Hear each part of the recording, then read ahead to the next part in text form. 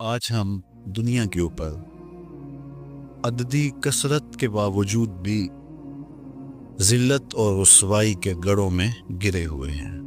اتنی تعداد ہماری کبھی نہیں ہوئی تھی جتنے اس وقت دنیا کے اوپر مسلمانوں کی اب تعداد ہے۔ دنیا کی 6 ارب آبادی میں سے تقریباً 2.25 ارب مسلمان ہیں۔ 56-57 باقاعدہ اسلامی ریاستیں ہیں، اور اس کے علاوہ اللہ نے ہمیں مختلف معدنیات سے، تیل جیسی دولتوں سے مالا مال کیا ہے۔ ایٹمی طاقت بھی ہم خیر سے ہیں، لیکن اس کے باوجود جو ذلت، جو نکبت، رسوائی، پستی اور ذوبحالی ہمارا مقدر ہے، ماضی میں اس کی کوئی مثال نہیں ملتی۔ ہمیں استرداد کا، ویٹو کا حق بھی حاصل نہیں ہے۔ دنیا کی نظروں میں ہماری بے توقیری اور ناقدری کا عالم یہ ہے کہ دنیا کے جس خطے پر بھی کوئی خون بہہ رہا ہے تو آپ غور کرو تو وہ مسلمانوں کا خون بہہ رہا ہے۔ 1 انچ بھی جگہ پوری کائنات پہ ایسی نہیں جہاں خون کی ارزانی ہو اور وہ خطہ کفار کا ہو۔ جہاں بھی خون بہہ رہا ہے وہ ہمارا خون بہہ رہا ہے۔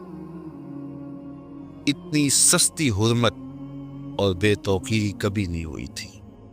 میرے اور آپ کے آقا و مولا حضور نبی رحمت صلی اللہ علیہ وآلہ وسلم نے قرب قیامت کے فتنوں کا ذکر کیا اور اس دور میں آنے والی مصیبتوں کا بیان ارشاد فرمایا، اور کہا کہ ایک وقت آئے گا کہ تمہاری مثال ایسے ہوگی جس طرح بھوکے پلیٹ کے اوپر جھپٹ پڑتے ہیں، تو تم اس طرح لوگوں کی ہوس زدہ نگاہوں کا شکار ہوگے اور لوگ تمہیں اس طرح نوچ نوچ کے کھائیں گے۔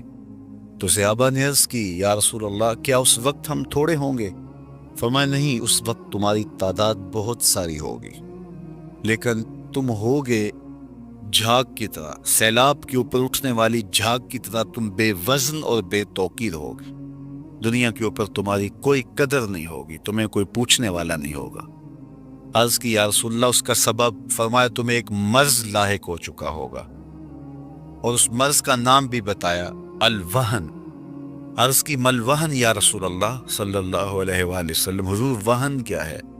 قال حب الدنیا و کراہیت الموت، دنیا کی محبت اور موت کا ڈر، یہ ایسی بیماریاں ہیں جو تمہیں کھا جائیں گی، اور تم وہن میں مبتلا ہو کر کے بے توقیر ہو جاؤ گے، اور بے توقیری کی زندگی تمہارا شعار ہوگا۔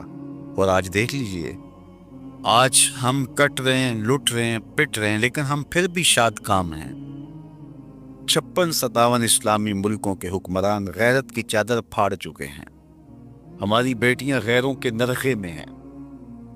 ایک وہ وقت تھا کہ دیبل کے ساحل پہ ایک بیٹی ناہید نے پکارا تھا تو محمد بن قاسم اللہ کے قہر کی بجلی بن کے آیا تھا، اور آج کتنی بیٹیاں غیروں کے نرغے میں ہیں، ہے کوئی ان کی فریاد سننے والا؟ فلسطین کا مسئلہ حل نہیں ہو رہا۔ مشرقی تیمور کو چند لمحے بھی نہیں لگے، باقی مسائل ایسے چٹکیوں میں حل ہو جاتے ہیں۔ اقوام متحدہ سرپرست ان کے سر پہ بیٹھی ہوئی، ہم کتنے لاوارث ہو گئے۔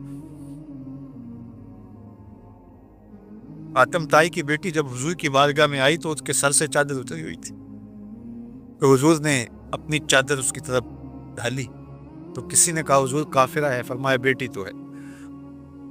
حضور نے گوارا نے کیا کہ اس کے سر سے چادر اتری ہو۔ ہم نے فلسطین کے اندر لہو بہتا ہوا دیکھا، درد ہی درد پھیل گیا۔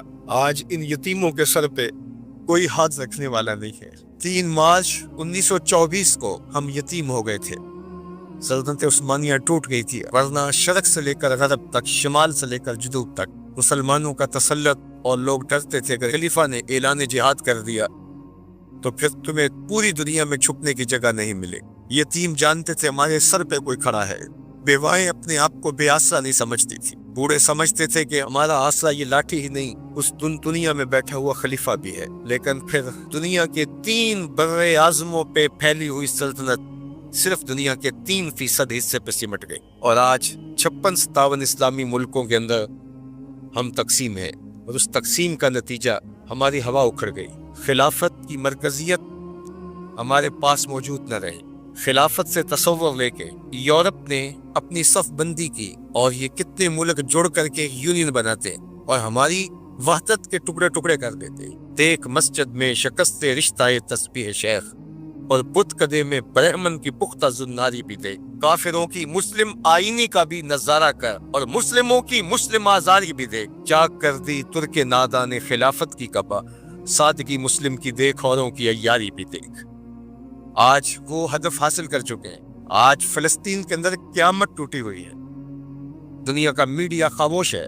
یہ جو خبریں ہمارے تک پہنچ رہی ہیں یہ باقاعدہ سینسر ہو کے آ رہی ہیں. یہ سوشل میڈیا کی وجہ سے کچھ تصاویر آ جاتی ہیں، کچھ بلکتے روتے بچے، کوئی بین کرتی مائیں اور کوئی فریاد کرتے بوڑھے ہماری جانب دیکھ رہے ہیں. ہماری جانب کیوں دیکھ رہے ہو؟ ہم تمہاری مدد کو نہیں پہنچنے والے. 56-57 اسلامی ملک. مجھے بتاؤ، آج کسی کو کوئی کہیں سے نکال دے تو دوسرا ملک نیشنلٹی دے دیتا ہے، اس کو شہریت دے دیتا ہے. آج اسلام کو ملک بدر کیا گیا. بتاؤ 56-57 اسلامی ملکوں نے کس نے اس کو شہریت دی ہے؟ کہاں جمہوریت، کہیں بادشاہت، کہاں شخصی نظم. 56-57 اسلامی ملکوں میں اسلام گھومتا رہا. میں غریب بتیار ہوں، مجھے شہریت چاہیے. برطانیہ کا وزیر اعظم جنگی جہاز کے اوپر بیٹھ کے ان گرے ہوئے مفلوق الحال لوگوں پر بم برسانے کے لیے خود پہنچا. لیکن وہ کہہ رہے امت مسلمہ تم بے غیرت ہو، ہم تمہاری مائیں لگتی ہیں، ہم تمہاری بہنیں لگتی ہیں.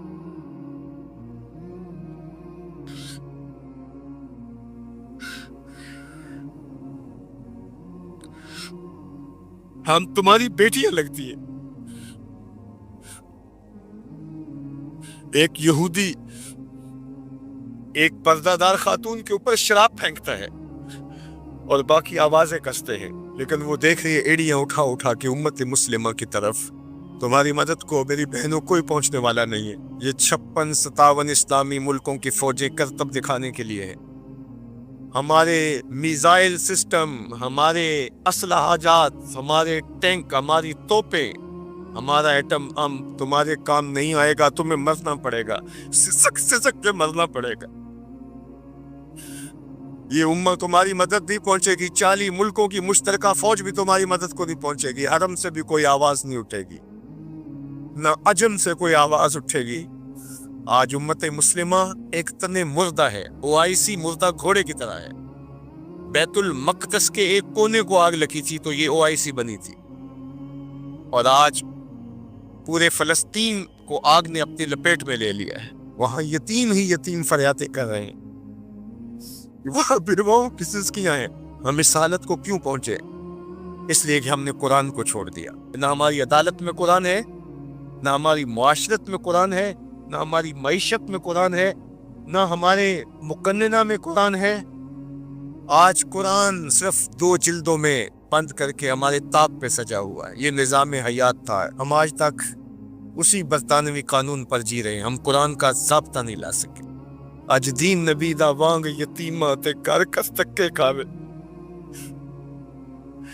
اے فلسطین کے یتیموں، تم اکیلے یتیم نہیں ہو. اس وقت اسلام بھی غریب الدیار ہے، اس کا کوئی وطن نہیں ہے. آج اسلام اپنی نظام کے ساتھ کہیں موجود نہیں ہے، اور یہ پستی اور یہ ذبوحالی، یہ ذلت، یہ نخبت، یہ رسوائی ہمارا مقدر کیوں نہ ہو. قرآن سے دوری کے نتیجے میں رسوا ہو گئے. ہمارے دردوں کا مداوا قرآن ہی ہے، ہمارے دکھوں کا علاج قرآن ہی ہے. گر تمی خواہی مسلمان زیستن، نیست ممکن جز بقرآن زیستن.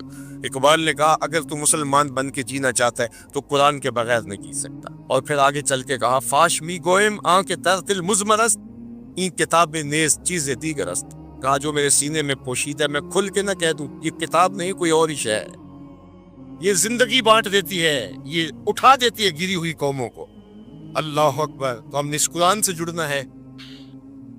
اللہ اس امت کو وکاس دے دے. وہ دن ہم بھی دیکھیں گے کہ یہ امت غالب ہوگی. تیرے لیے کوئی مشکل نہیں.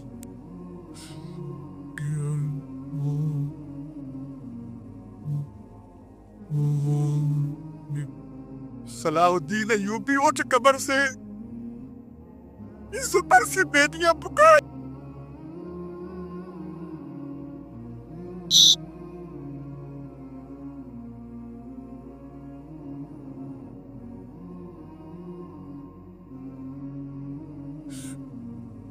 نجدین نبی دا وانگ یتیمہ تے گھر گھر تکے کھاوے کتھوں لپاؤ برباد نو تے نو کر